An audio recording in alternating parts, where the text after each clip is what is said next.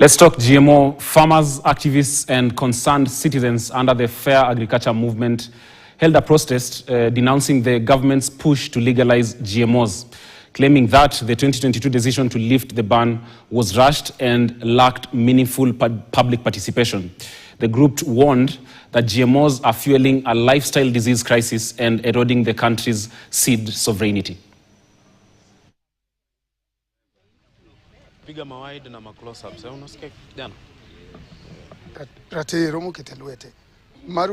We are tired. Hata punda ikibeba mzigo for long inasemaga sasa isongi mbele.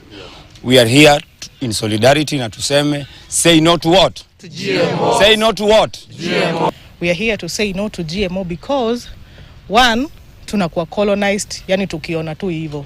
Tunapeana tu right yetu tukiona hivi.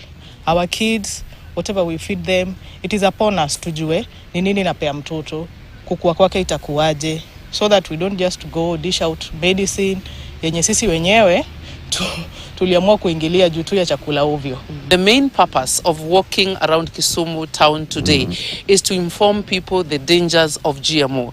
You well understand that GMOs were legalized in Kenya in 2023 without public participation.